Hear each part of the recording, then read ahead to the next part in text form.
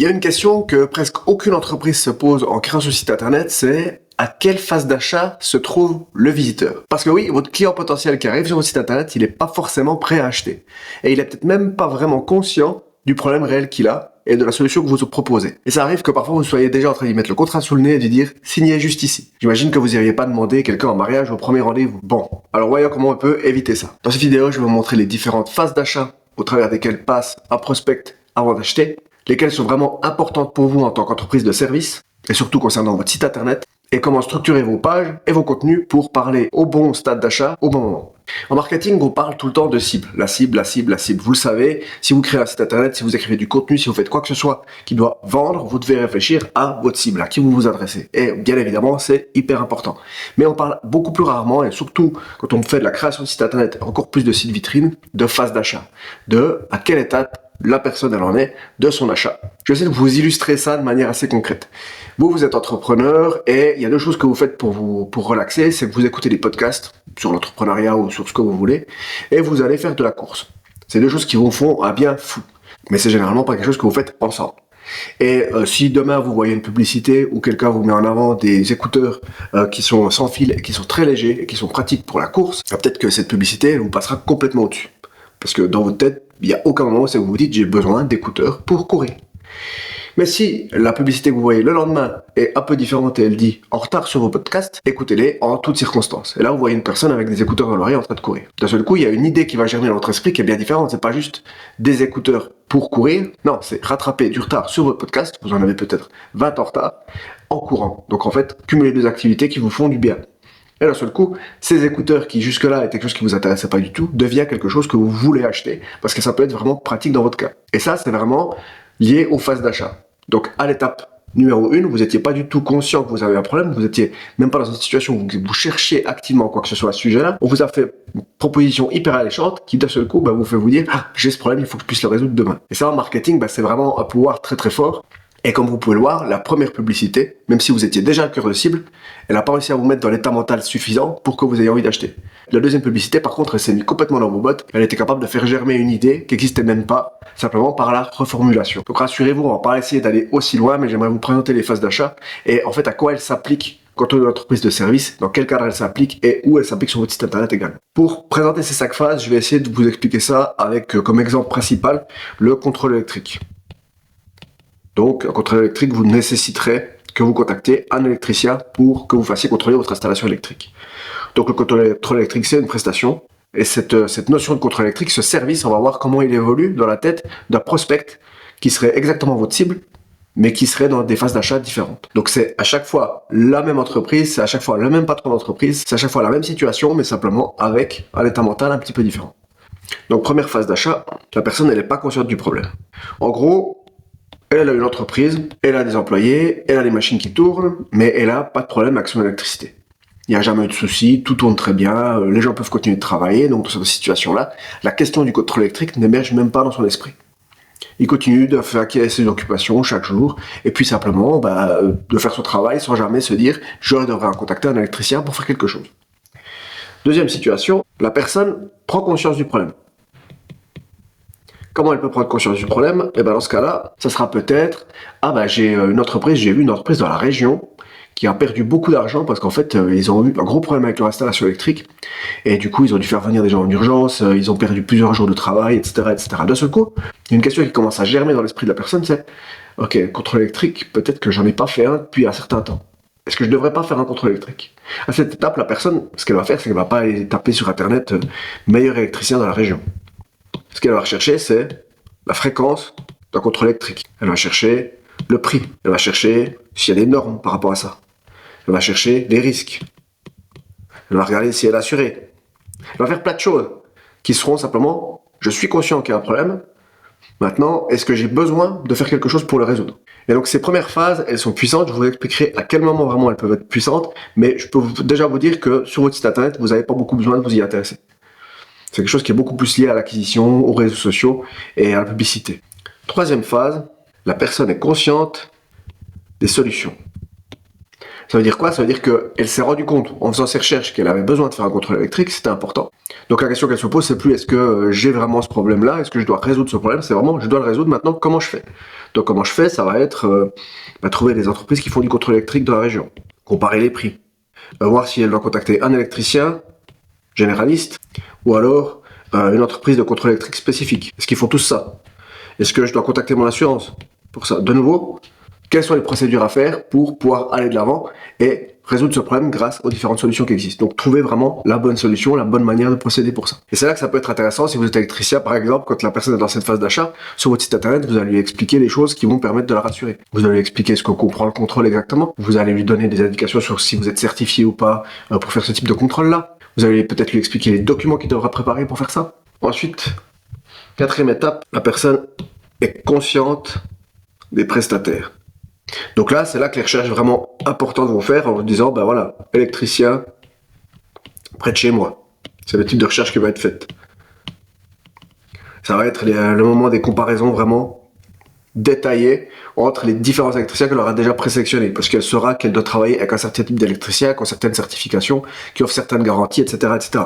Mais il n'y en aura certainement pas un, il y en aura peut-être 1, 2, 3, 4, 5, 6, c'est égal, et elle devra commencer à regarder ces informations-là et commencer à comparer. Et c'est là que d'autres éléments importants entre en jeu sur le site internet, ça sera les avis, ça sera les témoignages, les réalisations, les certifications, les choses qui vont rassurer. Mais ça va aussi être la manière dont vous présentez le travail, vous expliquez les étapes, vous éliminez la friction. Tout ça, c'est des éléments qui, pour les gens qui sont en train de comparer activement les prestataires, est très important. Dernière étape, la personne est prête à acheter. Elle est prête à acheter avec vous, pas prête à acheter avec n'importe qui. À cette étape-là, elle est déjà consciente qu'elle doit résoudre le problème, donc elle est déjà dans une situation qu'elle sait qu'elle doit acheter. Simplement, elle ne sait pas où elle doit acheter encore. Elle ne sait pas exactement ce qu'elle doit acheter précisément.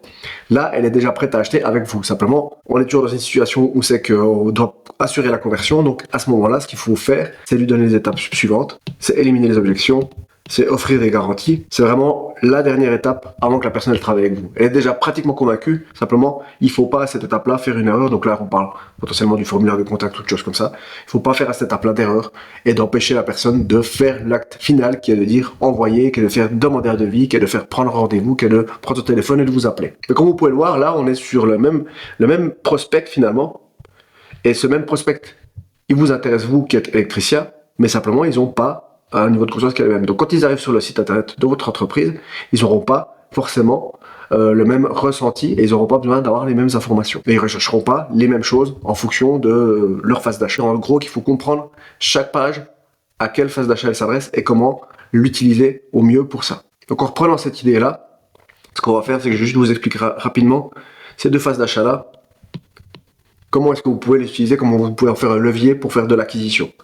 C'est avec des articles de blog.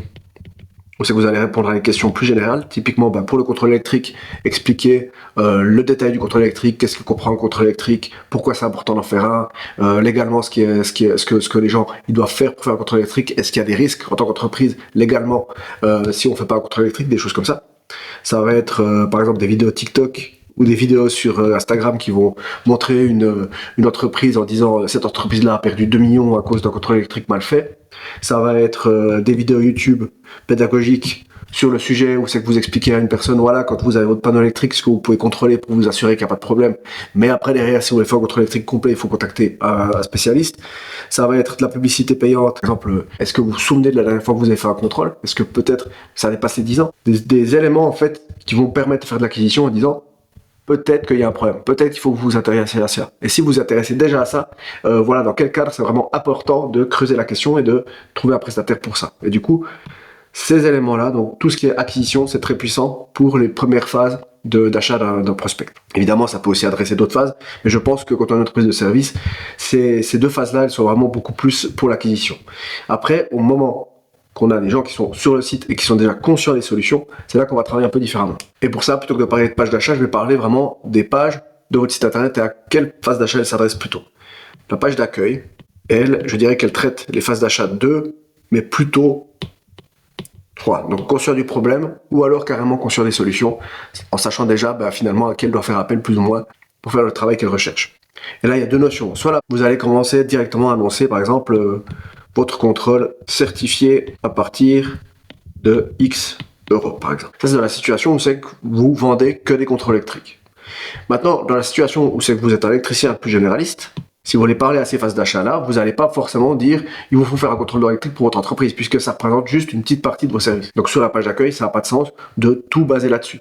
Mais simplement, ce qui peut être intéressant, c'est de jouer avec le fait que les gens qui viennent sur cette page-là sont peut-être à la recherche de quelqu'un qui fait du contrôle électrique, ou alors potentiellement sont dans une situation où c'est qu'ils ont déjà entendu parler de ça, mais qui s'y sont pas intéressés plus que ça. Et à ce moment-là, sur la page d'accueil, peut-être pas en premier, je dirais, mais dans une section ici, où c'est que vous allez un petit peu parler de services et de choses comme ça, vous allez peut-être venir dire, sans contrôle électrique régulier, vous courez le risque de XY. Et un lien pour amener à la page qui va informer plus sur le contrôle électrique. Dans cette situation-là, c'est pas mal parce que finalement, vous avez effectivement une cible qui est peut-être pas celle-ci précisément, mais ça vous empêche pas, sur votre page d'accueil, de déjà essayer de drainer un peu du trafic pour leur dire « Ah, peut-être que vous avez un problème, peut-être que vous n'êtes pas vraiment conscient en fait que ce problème il est réel, laissez-moi vous présenter ce que vous devriez peut-être faire pour le résoudre. » Et je suis évidemment là pour vous aider. Même chose pour une fiduciaire. Par exemple, si vous êtes spécialisé dans la gestion administrative des entreprises, vous aurez peut-être en grand, en haut de la page, réduisez votre charge administrative de 80%.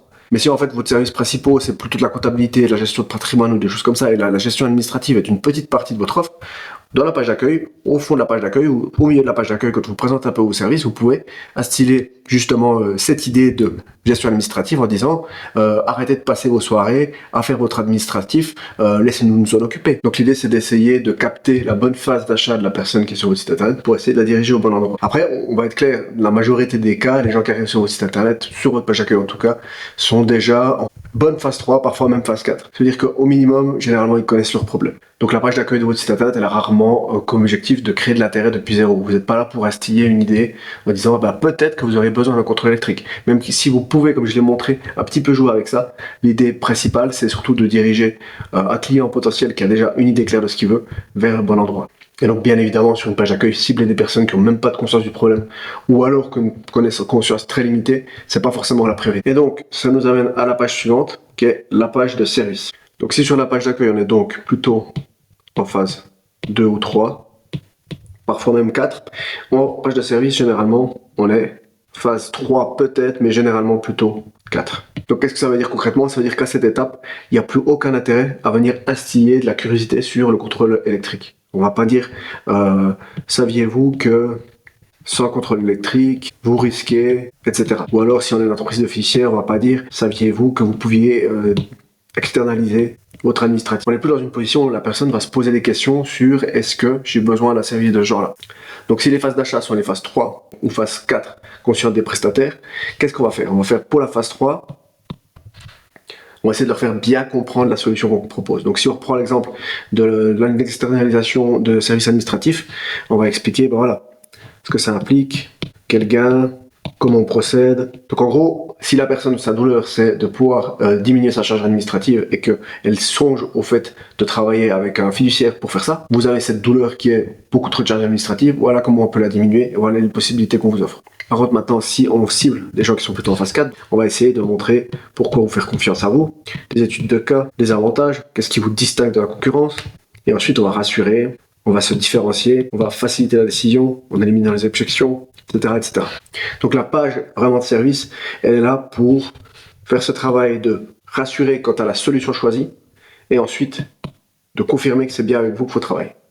Et ça ne veut pas dire que vous devez choisir une des deux options, ça veut dire que vous pouvez très bien faire ce chemin complet dans l'ensemble de la plage. Donc redéfinir les contours du problème, voilà ce que ça représente d'avoir une charge administrative trop importante, voilà pourquoi est-ce que vous avez ça, et voilà comment vous pouvez l'éliminer, quels sont les gains que vous aurez, qu'est-ce que ça implique si vous vous y engagez avec nous, comment est-ce qu'on procède, et ensuite on va confirmer que vous êtes la personne pour travailler avec, parce qu'en fait vous facilitez le processus à toutes les étapes, vous avez des études de cas qui montrent que vous l'avez déjà fait avec d'autres entreprises similaires, vous avez de nombreux avantages, vous vous différenciez par votre activité, etc., etc.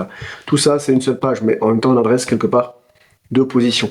Parce que la personne qui commence à se découvrir cette solution qui est la vôtre, elle va aussi commencer à se dire mais est-ce que cette entreprise serait faite pour moi? Ensuite, on a la page à propos que je laisse en rouge parce que à mon avis celle-là elle va s'adresser beaucoup plus à la phase 4, c'est-à-dire que la personne est dans le choix du prestataire. Rarement, la page à propos a vraiment du poids quand on est encore en train de réfléchir si c'est la bonne solution.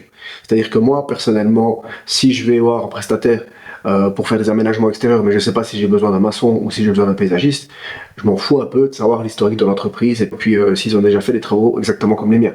Ce que j'ai déjà envie de savoir, c'est est-ce que j'ai besoin vraiment de ça, de l'un ou de l'autre. Donc ce que je vais avoir besoin de faire, c'est déjà de comparer les solutions. Et sur la page à propos, ce qu'on va faire, c'est qu'on va renforcer le fait que une fois que vous êtes à peu près convaincu par la solution que j'offre moi, une fois que vous êtes convaincu que ça, il faut vous assurer que c'est la personne idéale pour vous. Et donc ça peut aider d'aller voir la page à propos. L'équipe, ce qui permet d'humaniser, d'aller voir l'historique, savoir un petit peu depuis combien de temps est là votre entreprise, vos valeurs, des choses comme ça, d'avoir quelques chiffres qui peuvent être rassurants. Du coup, l'idée de la page à propos, c'est vraiment d'inspirer confiance, d'humaniser et de donner vraiment l'impression à la personne qu'elle vous connaisse, de vous mettre quelque part en intimité avec elle en lui expliquant que finalement vous partagez les mêmes problèmes et que vous avez des valeurs fortes qui vont dans le sens de ce qu'eux ils recherchent, etc., etc. Et ça, effectivement, on est déjà beaucoup plus dans la phase 4. La dernière page, qui est la page contact, qui là, évidemment, phase d'achat numéro 5, la personne, si elle arrive sur cette page-là, elle est déjà dans une position et elle a envie de travailler avec vous. Donc à cette étape-là, tout ce que vous devez faire, c'est la rassurer un maximum. C'est expliquer ce qui se passe après pour que la personne soit rassurée et sache qu'elle peut attendre une réponse sous 48 heures, qu'elle peut s'attendre à un devis, qu'elle peut s'attendre à un rendez-vous que vous allez replanifier ensuite, que vous allez peut-être la rappeler par téléphone directement derrière, que vous allez lui renvoyer un email avec des questions supplémentaires, etc., etc. Il faut que ce soit sans friction, pour que la personne puisse vous contacter très facilement avec le meilleur moyen de contact possible pour elle. Donc que vous lui offrez soit des alternatives, ou alors s'il n'y a pas d'alternative, que la seule alternative qui existe, elle soit vraiment pensée pour être efficace pour elle, et pour vous aussi. Mais aussi, et il y a un élément qu'on oublie souvent, c'est ce qui se passe après. C'est-à-dire qu'une fois que la personne elle vous a contacté, et même si vous faites tout ce travail d'avoir ce contact-là, c'est derrière de la rassurer dès le moment où c'est que vous a contacté. Parce qu'il y a une espèce d'euphorie qui arrive quand on a pris contact avec un prestataire pour travailler sur quelque chose. Et cette euphorie, elle naît du fait que, ok, j'ai fait le premier pas, je me suis mis en avant, j'ai fait tout ce processus d'achat, j'étais pas conscient de mon problème, je me suis rendu compte que j'en avais un, j'ai commencé à regarder les différentes solutions, j'ai trouvé exactement ce dont j'avais besoin, j'ai commencé à comparer le prestataire sur la base de cette solution, j'ai trouvé exactement celui qui me convenait, et derrière, je vais le contacter. Et en fait, cette phase de lune de miel, elle s'introduit dès le moment où c'est que la personne clique sur envoyer, dès le moment où c'est qu'elle vous appelle. Et si derrière, le processus de contact est difficile, donc vous mettez du temps à répondre, ou alors quand vous répondez, c'est un email très concis avec peu d'informations, ou alors vous téléphonez pas, ou vous donnez pas ce que vous garantissez, par exemple une réponse aux 48 heures, ça va pas du tout. Donc il faut vraiment qu'à cette étape-là, la personne ait l'impression d'être prise en charge directement pour que ce soit hyper rassurant. Pour vous donner un exemple, moi, sur mon site internet, j'ai une page qui s'appelle diagnostic gratuit de votre site internet, c'est-à-dire que si vous allez en description, vous avez un lien, vous cliquez sur le lien et vous arrivez sur une page où je vous demande l'adresse de votre site internet, et ensuite, vous remplissez nom, prénom et un email. Et quand vous faites envoyer, moi, je vous réponds directement pour vous dire super, j'ai tout reçu, je reviens vers vous très vite, et dans les 7 jours, donc c'est écrit sur le site, dans les 7 jours, je vais vous faire un retour vidéo complet, vous expliquant en 10 ou 15 minutes qu'est-ce qui va pas sur votre site internet, qu'est-ce qui peut potentiellement empêcher les conversions, et puis surtout, derrière, aussi vous donner des trucs à corriger immédiatement pour améliorer votre site internet et aussi peut-être améliorer un petit peu l'acquisition sur ce site. Pour ça, il suffit en fait de remplir ce formulaire, ça prend quelques minutes et c'est sans engagement, c'est 100% gratuit. Donc, dans le processus de ça, si la personne est en train de regarder la vidéo YouTube comme vous et qu'elle entend ce que je suis en train de raconter là et qu'elle se dit « Ah super, un diagnostic gratuit », qu'elle clique dessus, qu'elle fait la demande et que derrière, moi, du coup, je tiens pas du tout mes promesses, c'est-à-dire que je ne vais même pas y répondre et 2 semaines plus tard, je vais y réécrire pour dire « J'ai toujours pas eu le temps de faire vos diagnostics, mais je reviens vers vous rapidement », l'expérience, elle est complètement flinguée. Mais si je suis capable de faire ça et d'y répondre même dans les 2 jours à la place de 7 jours, la personne, elle va être aux anges. Et du coup, tout ce travail de fond que je fais maintenant, qui est en train de vous amener vers cette page-là, pour que vous demandiez ce diagnostic gratuit, il aura une vraie valeur. Donc, effectivement, allez-y, c'est gratuit sans engagement, mais aussi, c'est cette phase d'achat-là que j'essaye de créer avec cette page de vente très simple pour un diagnostic gratuit. C'est important aussi de comprendre la logique marketing qu'il y a derrière. C'est des pages qui existent et une structure de page et un contenu et une façon de le faire qui existent aussi pour cette raison-là. Parce que les phases d'achat sont un élément très important dans la décision de quelqu'un de travailler avec vous. Mais je pense que vraiment en être conscient de ces phases d'achat et les connaître et réussir à les identifier, c'est une force que peu de gens ont et que peu de personnes dans les entreprises sont capables de mettre en place sur le site internet efficacement. Mais maintenant, du coup, que moi j'ai couvert ces phases d'achat sur votre site internet, donc les phases en tout cas 3 et 4 et 5 avec un petit peu de phase 2, vous vous demandez peut-être comment je fais finalement ce travail-là de base qui est l'acquisition, parce que ça c'est un élément qui est quand même compliqué. Donc comment est-ce que je fais de l'acquisition et surtout où c'est que je mets mon énergie pour faire de l'acquisition qui va fonctionner pour moi en tant qu'entreprise de service, donc dans les réseaux sociaux, sur YouTube, sur un blog, avec du référencement local ou des choses comme ça, où c'est que je mets cette énergie-là. Et ben, si vous êtes dans le doute, il n'y a pas de souci, je vous ai fait une vidéo complète sur le sujet qui vous explique quelles sont les meilleures méthodes d'acquisition pour mettre le moins d'énergie possible dans les trucs qui vont donner le plus de résultats. N'hésitez pas à aller regarder cette vidéo, elle est juste ici. On se voit là-bas.